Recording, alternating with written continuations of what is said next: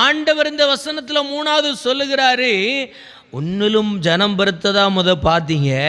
2வது, உன்னை விட பலத்திலையும் சரி, நீளத்திலையும் சரி, உயரத்திலையும் சரி, அவன் பெருசாக இருக்கிறான், அவனுக்கு முன்னாடி எப்படி நிற்கிறதுன்னு நீங்கள் சொன்னதெல்லாம் கேட்டேன்.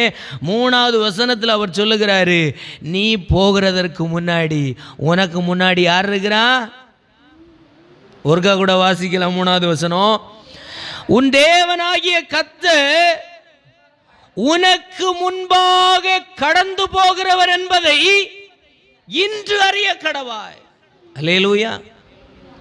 இந்த சூழ்நிலை எப்படி மாறும், இந்த பிரச்சனை எப்படி மாறும், இப்படி இந்த போராட்டம் எப்படி மாறும், இதை எப்படி ஜெயிக்க போறோம்னு சொல்லி கலங்கி கொண்டிருக்கிற உங்களையும் என்னையும் பார்த்து ஆண்டவர் சொல்லுகிறார், போகிறது நீங்க அல்ல, உங்களுக்கு முன்னாகவே உங்களை அழைத்தவர் போக போகிறார். அல்லேலூயா. உங்களை தெரிந்தவர் போக போகிறார்.